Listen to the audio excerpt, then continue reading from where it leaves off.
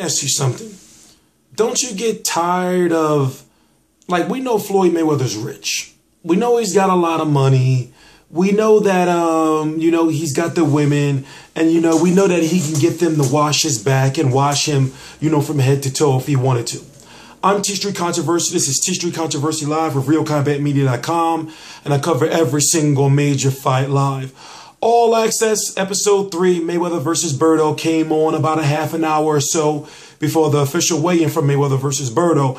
And let me tell you, it's got to be one of the worst episodes of Mayweather All Access that I've ever seen. And partly because it is the last one before he says it's the last episode before a fight, which he says it is his last fight. Now, of course, they have Mayweather versus Berto All Access to Epilogue, which is going to premiere during the replay, and we're going to be reviewing that depending on if Mayweather loses or wins or not. Of course, fans are saying likely he's going to win. But what you've noticed about this fight is nobody gives a shit. Did you not notice that? Nobody cares about this fight. Ticket sales are not doing good. Fan reception is pretty low. People are actually doing other things outside of planning barbecues for the Mayweather fight. There's just no buzz around this fight, whatever. But there is a little bit of buzz. And that little bit of buzz is that this whole IV scandal thing that he's got going on, people are saying Floyd Mayweather was using, this is what people are saying. They're saying that, he was using the IV, right? With the 750 milliliters, 700 more milliliters above what he was supposed to be using, allegedly.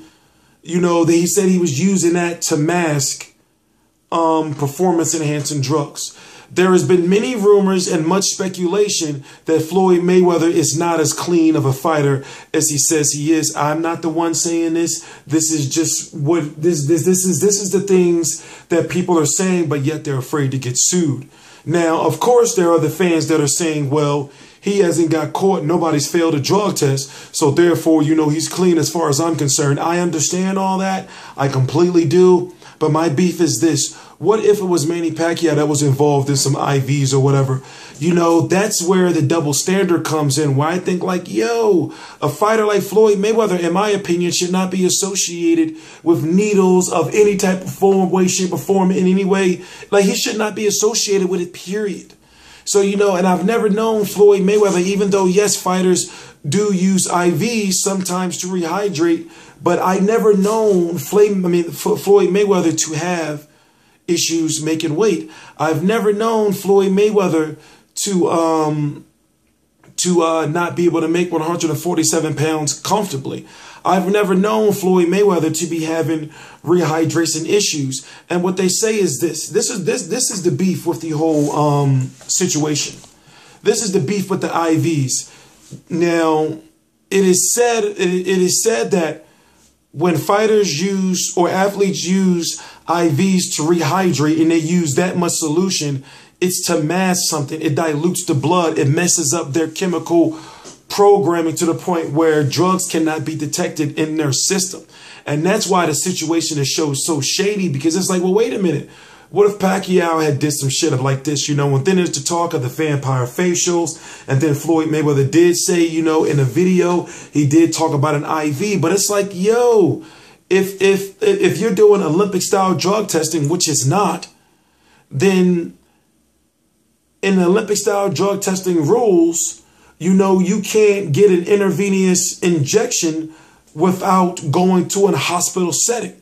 So the fact that it was administered at Floyd Mayweather's home is another big red flag. And that's the stuff that people are talking about. And it's like, what if this is his last fight? To go on to a whole different topic, what if this is his last fight? And his last fight was against a guy like Andre Berto. I understand that he gave us the fights that we always wanted, that we said we would probably never get, against Canelo Alvarez, Manny Pacquiao, Miguel Cotto, Shane Mosley. I'm not saying Victor Ortiz. Ricky Hatton was a pretty big fight that people were building up, and Oscar De La Hoya. But if this is his last fight, To end your last fight, you know, with less than expected ticket sales and pay-per-view numbers being down, you know, it just doesn't seem likely that this is his last fight. And also, if you don't know, you know, you must have been living under a rock if you don't know that a new MGM Grand Arena is opening up in April of 2016. And if you know, Mayweather fights in May. Now, Mayweather's in a situation where after his Showtime contract is up, he can say that this is his last fight and he can leverage off coming back for a 50th fight over the networks. He can say, HBO, well, if you want my services, then give me this. If you want my services for this 50th fight, Showtime, give me this. So do I believe that this is his last fight? No. And also, if Mayweather were to fight Pacquiao again, because a lot of fans are saying now that since Pacquiao wasn't able to get his shot, you know, his painkiller shot that was perfectly legal, why was Floyd able to get his IV, which wasn't technically legal at that point in time? You know, so now the buzz of a rematch between Mayweather versus Pacquiao is even bigger than it was before, even though the first fight didn't do, you know, expectations, action, and style-wise. We're not going to talk about who's going to win in a rematch. We're not going to talk about, you know, the fact that Floyd could just easily win the same way. We're not going to talk about, oh, well, Pacquiao will do better because he won't be injured. What I'm saying is this. It's not smart to believe that why would Floyd come back and fight a guy like Amir Khan when he could fight Manny Pacquiao again and easily make at least $100 million off of fighting in a rematch? Because if a rematch versus Mayweather versus Pacquiao does at least half of what the first fight did, you know, then it still would put Mayweather to have the top 4 selling pay-per-views of all time, you know. So, you know, or top 4, I believe, selling pay-per-views of all time still. You know, if Mayweather versus Pacquiao 1 did 4.4 and Mayweather versus Pacquiao 2 does still 2 million buys, still a huge success. And it still will put $100 million in Mayweather's pockets and about 650 to 60 in Manny Pacquiao's pockets. So when you look at the math of it, it all makes sense. But see, I look at it like this. A fighter like Andre Berto, you know, with all this at stake, Andre Berto has lost to Robert Guerrero, who fought Floyd Mayweather. Andre Berto has lost to Victor Ortiz, who fought Floyd Mayweather. Andre Berto has lost to Soto Carras, who he had no business losing to, even though he was injured. What if Andre Berto can be the one to upset all of that? Andre Berto has nothing to lose. So there should be more reason for Andre Berto to come out there and actually go out there and not literally, but figuratively, you know, like die in the ring, like go out there on his shield. I'm thinking that Andre Berto needs to say, fuck everything else. I'm coming out there to beat Floyd the fuck up. Like, you see, a lot of people have the issue of going out there to try to fight and box. No, going out there to try to box Floyd Mayweather. You will lose that way. Marcos Maidana, as I said before the Marcos Maidana fight, Marcos Maidana is the type of fighter that wasn't coming to fight. He's coming to beat your ass, win or loss. He's coming to fuck you up.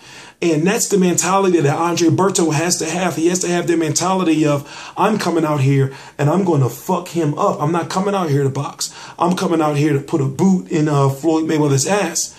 And if Andre Berto going out there to think that he's going to, you know, match wits and match, you know, brains with Floyd Mayweather out there, then he's wrong. But Andre Berto does have some good boxing ability. And Andre Berto does have some things that other fighters that Floyd Mayweather has fought has not brought to the table. You know, and then we have to look at the fact that, well, Floyd Mayweather's 38 years old. Will Father Time finally catch up with him? But that's everything we're going to have to find out on September the 12th. So right now we're about 24 hours away. We'll find out soon, you know, if Floyd Mayweather or, you know, if Andre Berto could crack the May Vinci Code. And then after that, is it really his last fight? Is this the last pre-fight episode of All Access Mayweather I'm going to be reviewing?